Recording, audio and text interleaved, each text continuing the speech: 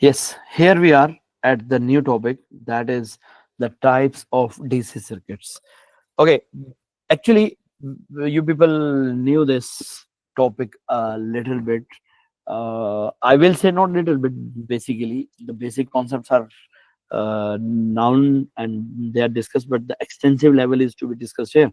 So, that is the types of DC circuits. So, there are two main types of DC circuits. One is the series circuits, and the second one is parallel circuits. Yani that combination in which the resistors or loads are connected in series with each other, end-to-end combination, that is called your series circuit. And those all in which your circuits are loads or resistors or any other load or any type of load that is connected in parallel with each other, that is called your parallel circuit. So series circuits are named as, there is another name of the series circuit, they are also called potential dividers. And on the name of this, there is a complete discussion what we will make, that is the potential divider. Yani there is a device which is also named as potentiometer or potential divider. Okay, then secondly, parallel circuits, they are called actually the current dividers. So by their names it's obvious that in series circuits we will have the major discussion about the uh, division of voltages, and in parallel circuits we will mainly discuss about the division of current, right? So let's talk about that in series. Yani potential dividers are series circuits. So when we talk about potential dividers or series circuits, they cause the division of voltages across all load components. This is their property number one. Let me show you the series circuits. Yeah, here are some idea about the series circuits, that we have connected the resistors in series here. For example, there are several resistors, R1, R2, R3, but here I have given some values to them as well. 100 ohm, 200, sorry, 100 ohm, 200 ohm, then 300 ohm. All these resistors are connected in series with each other, and when they are connected in series with each other, definitely these resistors would drop some voltages across them according to their value of resistance. And the main key concept here, which is actually the key concept, and you have to stick with that all, that all these circuits have same current, because there is no, do you see, is there any other path for the current to flow through? Is it? नहीं है ना current का कोई path. So it is just like a single way, one way. Current would flow through, or current is basically um, current is to flow through from this point back to that point again. It does not have any, you know, any other path. Okay, so that is why we call that they are called series circuits, and current remains same. So I1, I2, they all are same, voltages are different. So I will talk about that. Here there are some properties I put on. Why do we connect the resistors in series? That is the answer of that question. The answer of the question is that when we need the resistance to be increased, or when we need the resistance, more resistance than the available resistance, then what do? We connect them all in series. That's it. For example, if I have 100 ohm resistor here, and I have 200 ohm resistor, 300 ohm resistor, but I do not need any one single of any single resistor of them. Let's say I need 600. So what will I do? I will add them all. For example, if I have this resistor, this resistor, I need 300. So I have choice, either this or this. They would work together. Yani they would work same way. And if I need 500, then I have only one choice, 200 plus 300. So this is what the main purpose of making the circuits in series. Now, sir तो if we need 300 ohm resistance तो हम लोग बाकी दो को उतार देंगे 200 100 को. Hanji, exactly. That's why I told you that either use 100 plus 200 together, In series, R use this single one. Okay? Okay, sir. Yes. So this is yeah, I was at this point that the effective resistance of the circuit is increased or more the individual one. That is what I was discussing right now. And series combination of resistors, the current remains same. This is the most renowned property, and the potential difference across every single resistor would depend upon its resistance. So s- the main thing, whatever the potential difference across every single resistor is, but mainly the sum of potential difference across individual resistors will be equal to the total potential difference available in the circuit. So I can say this is your master equation, and there is a sort of question in which derivation of this concept is also asked here. Just show that R equivalent is equals to R1 plus R2 plus R3 and so on. So that starts right from here, right? So this is the start of that. So when you will start it from here, you will simply say that sir R, because the total potential difference is equal to sum of potential differences across every single resistor, individual resistor. So it can be simply said that V total is equals to, or V is equals to I1 plus V1 plus V2 plus V3. So V is equals to, you know that V is equals to IR. So because total voltages are equal to total current into total resistance, isn't it? And individual voltages are individual current into individual resistance. Simple.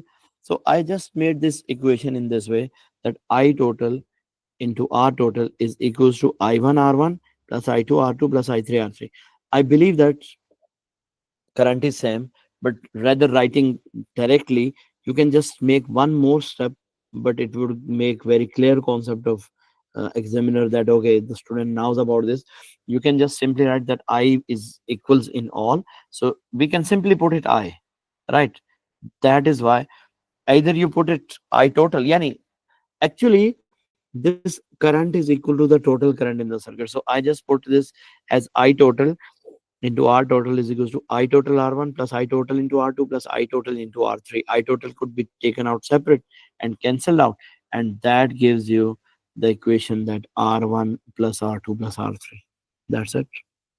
It's very simple and easy. I believe that if these type of questions are asked to you, oh, easy हो जाएंगी तुम लोगों की.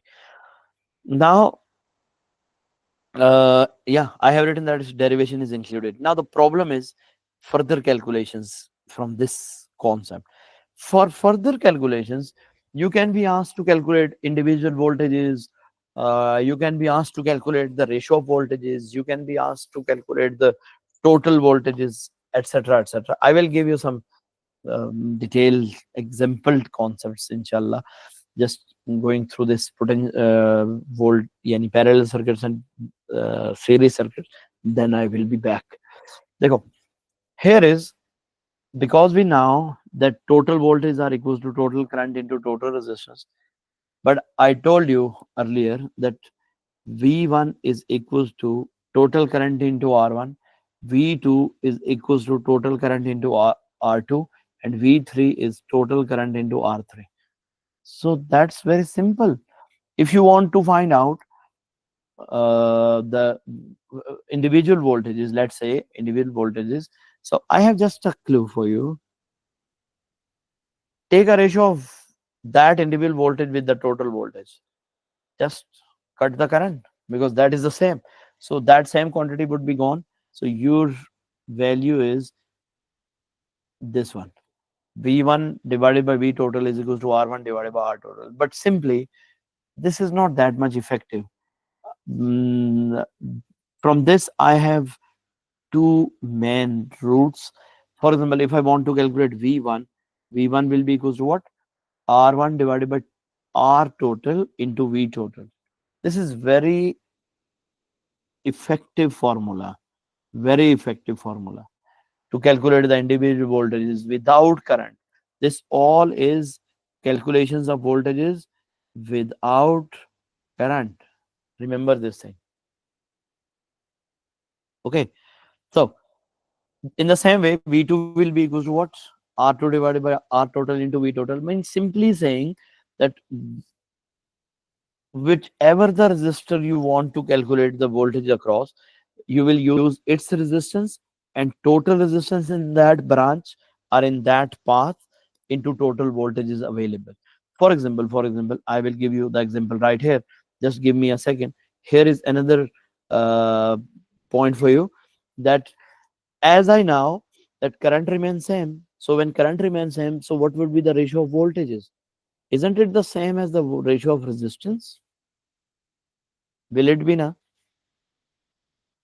If R2 is greater, it would drop more voltages. If R1 is smaller, then it would drop less voltages. Is it clear to all? Yes. Yes. Yeah. Okay. अब चलते हैं इस example पे. It's a crucial example and everything which is actually देखो, the problem is I'm just talking about the series part of the circuit. Your circuits are not only series circuits. Only series. This is Yani, I want to make it very clear to you.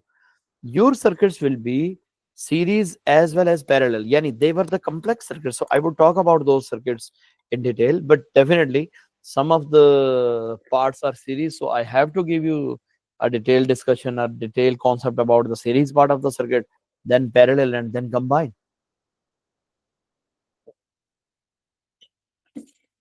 So just have a look on this circuit. It is the same. I put 100, 200, 300 ohm resistors in series, and they are connected with a 12-volt battery. Now, first of all, you will calculate the total resistance. This is step number one. This is, you can simply say this is SOP.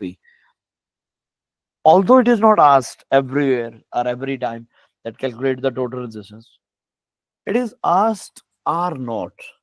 Just forget about it. Your path would pass through, or your gate. This is your gateway to the circuit. That's it. Do you understand gateway? Yes. Okay. So just like a Bolan pass, Quetta में है, ऐसे ही है ना, मोहसिन? जी sir बिल्कुल. Yes. So R equivalent should be calculated here, so which is 600 ohm. Then total current is calculated, which is V total divided by R total, which is 0.2 ampere. Now individual voltages can be calculated in this way, that V1 is equals to R1 R V1 is equal to I1 R1. It's very simple. V 2 volts, 4 volts, and 6 volts. Did you notice one thing? If the resistor is 100 ohm, the voltages are 2 volts. If its resistance is double, voltages are double. If its resistance becomes 3 times, voltages becomes 3 times. Is it? So this is what I was talking about, that the ratio of voltages would be same as a ratio of resistances. Are you getting my point? Yes sir. Okay. Now move back. This is a cross check, that if you want to check that, okay, I have calculated properly or not. So everything added up and it gives you the same. Now come to that method what I just told you for practice. Oh no, that is fine. I have explained it. The ratio of resistances would be same as ratio of voltages. Um, yes, this is a sort of question in which you are supposed to calculate some technical areas, right? Here I have, I tried to apply the concept of the resistance. Yani, there are some examples along this all discussion. Dekho, let me apply one thing here. For example, just one thing. For example, if I want to calculate this V3 without current, so how will I practice that? V3 will be equals to R3 divided by R total into total voltages. So you can say R3 is how much? 300 ohm. So what is the total resistance here in the circuit? 600 ohm. And what is the total voltages available? 12 volts. Total voltages. So it will be your 6 volt, isn't it? So it is the same thing you have calculated here. Clear? Yes. Okay. Now go to this question. There is a power supply of 240 volts and that is connected to resistors R1 and R2. R1 is 20 ohm and R2 is 15 ohm. There is a motor and that motor needs some voltages to be applied to, yani for the working. Okay, it needs some voltages for working. Out of 240 volts, if 5 ampere current is flowing through that, yani I have given all of these values which are available there. If 5 ampere current is flowing, then uh, what are the voltages required, or how can we calculate the resistance of the wires, etc., etc. So question task is calculate the operating voltages required for the motor. Yani you have connected the motor here, and you know that this motor mostly this question is given you in this way. Maybe I have plugged in the question or not. Yani there is a heater or a motor available here, right? This is a past paper question. This is the heater, and that heater is connected with the power supply. This is a power supply, and there are two wires, and it is said that okay, its resistance R1 is calculate the voltage across heater, etc., etc. I will give you some of the questions along with your yani, along the reference. Then it would be clear to you that okay, about which question I'm talking. अब देखो problem यहाँ पे है. First of all, if I now or if I want to calculate the voltage across the motor, what should I do? I must now that some of the voltage would be dropped across this resistor, some of the voltage would be dropped across this resistor, the remaining voltages would be here, isn't it? Am I clear? Yes, sir. So if Yes. the 20 ohm resistor, then and current is, let's say, 5 ampere given to you, then how much voltages would be dropped across that one? 100 volt. And if this is 15, and definitely the same current would flow through motor and through this resistor. So it would have 5 times 15, so it would have 75 volts across it. So remaining voltages would be basically across the motor. So 240 minus 100 plus 75, so you got that 65 volts are dropped across the motor. Any 65 volts are available for the motor, right? Now further you can calculate what is the resistance of that coil of the motor. So you can simply say that uh, v is equals to ir. Okay, this is a very basic question, but if it is said that calculate the resistance of the coil of the motor, so examiner wants to know that whether the students now they are uh, 220 volts would be applied across a motor, or 65 volts will be dropped across the motor. So most of the students are trapped here. They use 220 volts because the applied voltage are 220. So they use same formula, that R is equals to V by I. Okay, they have no issue at all. But at this level, you are not awarded by the mark at this to write this formula. So you will be awarded with the score when you will plug in the right value. For example, if a student says, sir, 240 volts are applied. So, Mohsin, is it true that for motor calculation, should I use 240 volts? No, sir. Very good. So for motor, I must use those voltages which are dropped across that. So that are 65 volts. That's why I told you that this is basically 13 ohm resistance available there. Is there any confusion in that one? Okay. Now this is a question, and in that question, it is a battery of electromotive force 7 volt and a negligible internal resistance. Uh, okay, I was trying to erase this all, but probably it is already written. Okay, a negligible internal resistance. When this word will be used, it means there is no small r connected in series with three components as shown in the figure. You have mm, this figure in front of you. 7 volts battery is there, then the given information is there. These all calculations what I made, they are just required, that's why I did it. Resistor X has a resistance of 5.2 ohm. Where is the resistor X? This is the resistor X, and its resistance is given to you. Resistance of element wire Y is 6 ohm. Wire Y is here, and its resistance is 6 ohm. The potential difference across Z is 1.4 volt. Just did you see the trick here? He has given the resistance of two separate resistors, I mean different resistors, and voltages across any other resistor. So this is the game here. Are you getting my point? जी sir. Yeah. Okay, above dekho. First of all, what is asked to you, calculate the current in the circuit.